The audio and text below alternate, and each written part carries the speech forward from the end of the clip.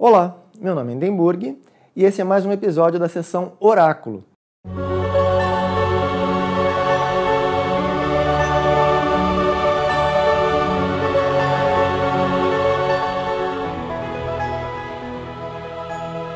Caso a nossa estrela fosse diferente, as cores do nosso planeta seriam diferentes?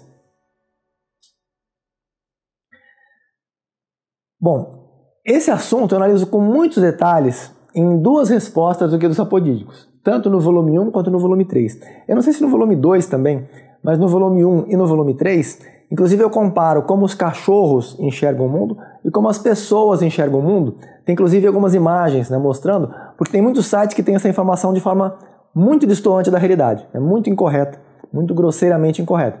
Eu analiso de forma razoavelmente realista. Nós não temos como simular exatamente o que os cachorros enxergam, porque os nossos olhos não são iguais aos olhos dos cachorros. Então nós não conseguimos simular exatamente, mas nós conseguimos ter uma ideia bastante aproximada, E a maneira como eles representam em alguns sites é totalmente distoante, porque você vê apenas eles removem um pouco do azul, removem um pouco de algumas cores específicas, de algumas tonalidades, reduzem a saturação e acham que aquilo colocou uma representação representativa de como os cachorros enxergam. Não é assim, o procedimento é um pouco mais sofisticado. Então, tem uma análise que eu faço relativamente detalhada desse assunto e considero os pontos principais, que são a fonte de luz, que no caso a estrela vai representar a fonte que está emitindo a luz, as propriedades, a distribuição espectral do objeto que emite a luz.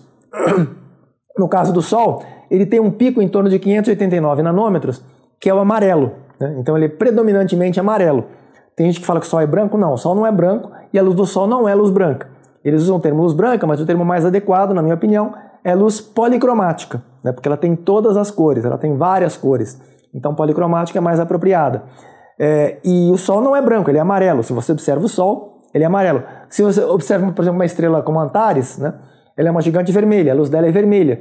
Dizer que o Sol é branco é a mesma coisa que você dizer que Antares é branca, porque ambos têm distribuições espectrais semelhantes. Ambos emitem todas as cores, inclusive fora do espectro visível, emitem ultravioleta, infravermelho, ondas de rádio, raio-x, raios gama. Eles emitem um espectro muito largo, mas o pico de emissão, no caso do Sol, fica em torno de 589 nanômetros. Outras estrelas, se elas tiverem, por exemplo, Antares, eu imagino que deve ficar em torno de 650 nanômetros, que é próximo do vermelho. O vermelho vai até cerca de 780, 750 nanômetros. Perdão, estou falando besteira. Não, tá certo, é isso mesmo. O azul é outra extremidade, cerca de 430, 420 nanômetros é o azul. O verde, cerca de 530, 540 nanômetros. Então, você vai ter uma distribuição espectral do objeto que emite a luz. Você vai ter algumas raias de absorção, no caso das estrelas, que estão associadas aos elementos que constituem essa estrela. Vai ter algumas regiões escuras que não têm emissão nessas regiões. Você vai ter um objeto que reflete. Então, você tem uma maçã, uma banana, um carro, a grama no chão, a terra. Então, você vai ter os objetos que vão refletir aquela luz que o Sol incide, ou a luz de qualquer fonte de outra estrela, ou uma luz artificial, incide na superfície e é refletida para os olhos. Essa luz ela pode passar por diferentes ambientes transparentes ou translúcidos. No caso, ela passa, por exemplo, pela atmosfera. Quando ela passa pela atmosfera, ela já sofre algumas absorções. Então, isso também é analisado no Guia dos Apodídicos, no volume 1, que tem uma parte bastante detalhada das diferentes regiões de absorção do espectro nos diferentes horários do dia, em diferentes épocas do ano. Então isso varia, dependendo da época. Então você tem a cor dos objetos vai depender da fonte de emissão, das regiões pelas quais essa luz atravessou, se passou pela atmosfera da Terra, por uma nebulosa, por qualquer situação, por qualquer ambiente translúcido ou transparente que não seja neutro, que ele tenha alguma predominância de alguma cor, ele vai interferir na luz original. Se ele for apenas, por exemplo, um vidro branco, um vidro transparente branco, ou um cristal branco, ele só vai reduzir um pouco, ele vai absorver uma parte, ele vai refletir e defletir uma parte da luz, mas ele não vai alterar as propriedades, né? A distribuição espectral que vai chegar vai ser aproximadamente a mesma, exceto por uma ligeira aberração cromática devido à diferença dos comprimentos de onda, que vão ter índices de refração diferentes. Então vai gerar um pouco de aberração cromática, mas não haverá uma mudança dramática na distribuição espectral da luz que foi emitida em relação à luz que vai chegar. Além dessa luz ser saído de uma fonte, atravessado uma estrutura, mais um exemplo, eu citei o exemplo do vidro e de um cristal, você pode ter, por exemplo, uma esmeralda, que é verde, ela vai interferir na luz, ela vai filtrar quase todos os comprimentos de onda e deixar passar o verde. Se for um rubi, ele vai deixar passar mais o vermelho, né? Então a ametista, né, o topázio, depende de qual seja o tipo de cristal, ele pode ter uma absorção, ele vai ter diferentes níveis de absorção em diferentes cores. E a luz que vai sair do outro lado, ela vai sofrer uma alteração substancial em função dos diferentes níveis de transparência que aquele cristal tinha aos diferentes comprimentos de onda. Então você vai ter uma modificação, né, na luz nesse processo. Ela vai atingir uma superfície, depois ela vai ser refletida até o olho. Então esse outro processo de refletir na superfície vai depender do albedo dessa superfície nos diferentes comprimentos de onda também. Então se a luz incide sobre uma maçã, se a maçã é vermelha, ela vai refletir mais vermelho, desde que a luz que está chegando contenha vermelho. Vamos supor que você ilumina a maçã com um laser verde. Não uma maçã verde, uma maçã vermelha iluminada, uma maçã red, né? Iluminada com um laser verde. Ela vai refletir luz verde. Porque o laser verde ele tem uma distribuição espectral muito estreita, quase totalmente concentrada em torno de 532 nanômetros, né? Então, ele vai ser quase totalmente verde. Ele vai 99,9999% da intensidade luminosa está contida no intervalo de 525 a 540 nanômetros. Então, essa luz que vai bater na maçã e vai ser refletida, quase toda ela é verde. Então não existe luz vermelha, não incidiu luz vermelha na maçã, ela só incidiu luz verde. Então a maçã ela tem uma predominância de emissão no vermelho, de reflexão no vermelho, mas a maçã também reflete amarelo, azul, verde, a maçã reflete todas as cores, só que ela tem uma predominância no vermelho. Como não chegou nada de vermelho, só chegou luz verde, ela vai refletir o verde, você vai enxergar o verde, porque foi a única cor que chegou na maçã foi o verde. Então não havia como ela refletir vermelho porque não tinha luz vermelha ali, né? Então ela refletiu o verde.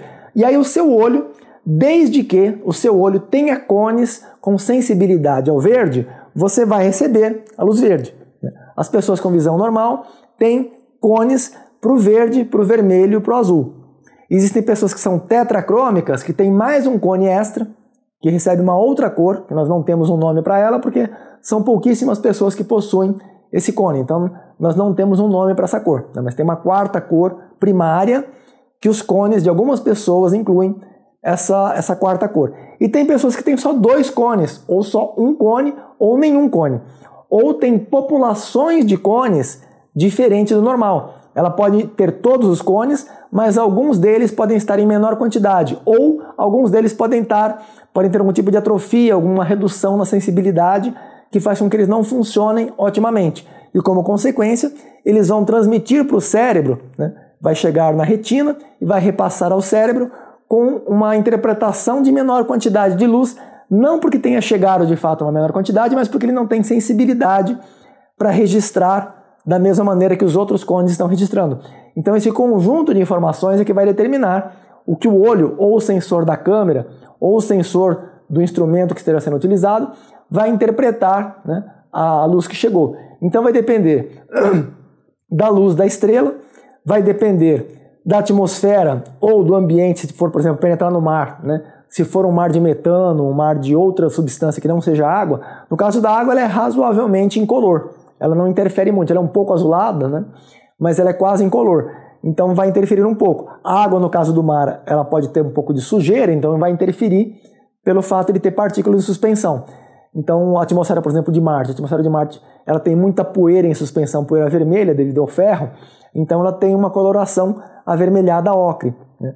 A atmosfera de Vênus, ela tem uma outra coloração, né? Ela tem CO2, tem enxofre, tem outras substâncias que vão afetar de outra maneira a cor. Então, quando a luz penetra, né, numa atmosfera, ou no meio líquido, ou mesmo no meio sólido, um vidro, por exemplo, que seja transparente ou translúcido, ela vai sofrer mudanças que podem ser maiores ou menores dependendo das propriedades desse meio no qual ela está se propagando. Quando ela reflete numa superfície, novamente vai haver uma mudança, então você vai ter uma taxa de absorção diferente nos diferentes comprimentos de onda, e vai refletir e chegar no olho. Novamente, quando chega no olho, vai ter uma outra mudança dependendo das estruturas que vão receber e interpretar essa luz. No nosso caso, nós temos cones e bastonetes, né? Os cones interpretam as diferentes cores e os bastonetes interpretam só a intensidade luminosa. São tons de cinza. Então, para que você consiga interpretar a luz, né, que está chegando, vai depender de tudo isso. Então, se você muda a estrela e você preserva as características típicas de um humano típico, que enxerga com 3 cones, coloca, por exemplo, uma estrela que não seja amarela, provavelmente nós vamos enxergar o mundo de maneira um pouco diferente. Se você coloca uma estrela azul, né, uma estrela azulada, como Rigel, por exemplo, ela vai, ou a Mintanka, por exemplo, né, eu não sei qual delas é mais azul, mas Rigel é bastante azul. Então, se você observa todo o ambiente iluminado por uma estrela que tem predominância no azul, você vai enxergar o mundo um pouco diferente. Mas não totalmente, que você vai enxergar tudo azulado. O Sol, por exemplo, é amarelo e você não enxerga tudo amarelado. Quando o Sol está se pondo no horizonte, que ele fica meio avermelhado devido a efeitos atmosféricos, você percebe que tudo em volta fica meio alaranjado, né? Então esse é um efeito semelhante ao que aconteceria se tivesse uma estrela, uma gigante vermelha no lugar do Sol, ou uma anã vermelha que fosse no lugar do Sol. Então você tem algumas mudanças de tons, ficam mais alaranjados, mais avermelhados, mas não é uma mudança total, né? Você não muda radicalmente, você muda sensivelmente, dependendo da diferença de coloração. Se você bota, por exemplo, Alfa Centauro, né, a Tolimã, ela é muito semelhante ao Sol. Se você bota Capella, por exemplo, ela é maior que o Sol, mas ela tem uma classe espectral muito semelhante à do Sol. A cor dela é muito semelhante, e não só a cor, mas a distribuição espectral é muito semelhante à do Sol. Então quase não se perceberia diferença. Agora, se você coloca uma estrela vermelha ou azul, né, aí você vai ter uma diferença significativa, mas não vai mudar completamente. Você vai continuar enxergando, por exemplo, se coloca uma estrela azul no lugar do Sol, você continua enxergando uma maçã vermelha.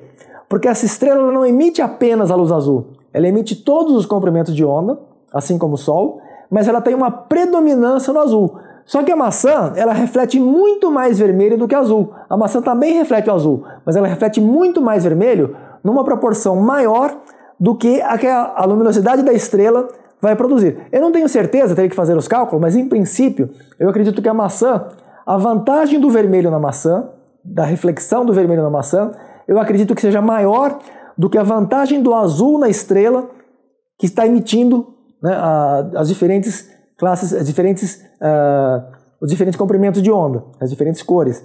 Então, por isso vai predominar a cor vermelha, mas ela vai ficar menos vermelha e talvez ligeiramente roxeada, um pouco arroxeada, devido à diferença que ela vai receber de azul em relação ao que ela recebe do Sol. O Sol, por exemplo, ele também emite luz azul, né? Azul, violeta, todas as cores, mas ele emite muito mais amarelo. Então as cores que nós vamos perceber, se fosse substituída, né, a estrela que nós temos por outra, nós teríamos uma percepção um pouco ou muito diferente, dependendo de qual fosse a estrela que substituísse. E dependendo também do ambiente em que nós nos encontramos. Se fosse um ambiente com com distribuições espectrais muito estreitas de reflexão, em que os objetos, por exemplo, você pega um óculos de laser verde, ele é vermelho, né? O óculos de laser verde ele tem que ser vermelho para filtrar o verde. Então, se você bota um óculos vermelho e você ilumina com uma luz que não seja vermelha, ele vai ficar preto. Você não vai enxergar praticamente nada, ele não vai refletir nada. Ele não reflete e não atravessa, né? Só vai passar o vermelho. Então, se você ilumina de uma cor que não seja vermelho, ele vai ficar lá preto. Não vai refletir luz, né? Então, se você tem... a distribuição espectral do óculos, ela é muito estreita, ela é um vermelho que só varia... Porque assim, os comprimentos de onda da luz visível variam aproximadamente de 350 nanômetros até 780 nanômetros. O vermelho, ele varia mais ou menos de 630 até 680 nanômetros. Então, se você tem um objeto que ele reflete 99,999% da luz dentro desse intervalo de 640 a 670 nanômetros, né, que é bem estreito no vermelho, se o objeto reflete 99,99% da luz nessa região, você só vai enxergar vermelho naquele objeto.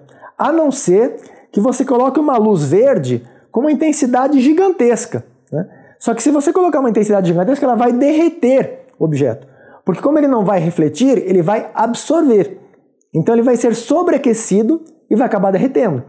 Se não derretesse, supondo que fosse possível você fazer incidir uma luz verde ou luz azul ou qualquer cor que não fosse vermelha e não derretesse, não sobreaquecesse, então ele refletiria um pouco de verde, porque embora o objeto refletisse só 0,00001 de verde, a intensidade do verde que está chegando é muito grande. Então vai acabar sobrando um pouquinho para ser refletida, né? Então teria que determinar os detalhes dessa estrela, teria que mudar, teria que considerar vários parâmetros dos objetos que estão refletindo, os objetos pelos quais a luz está atravessando, né, os meios nos quais ela está atravessando, para que se possa interpretar o que o seu olho, né, o que o olho vai interpretar, o que ele vai receber e vai interpretar como resultado final, né? Então sim, daria diferença. Na maior parte dos casos daria diferença sensível, né, dependendo da classe espectral da estrela, e para algumas estrelas a diferença seria mínima, para outras seria maior, para outras seria muito grande, né?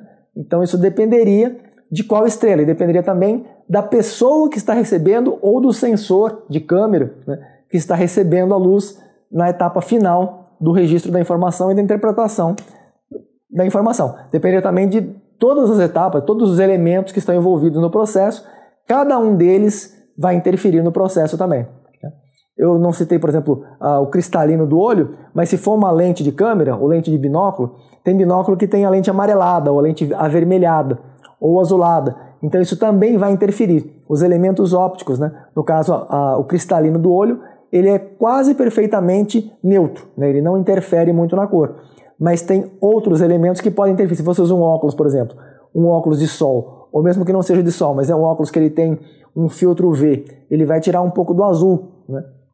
Então, dependendo do tipo de elemento óptico que se encontra no caminho, também vai afetar o resultado final. Então, é basicamente isso, né? Agradeço a todos pela atenção e até breve, se Deus quiser. Todos os membros do canal e os membros da Sigma Society que quiserem enviar suas perguntas, deixem seus comentários aqui embaixo.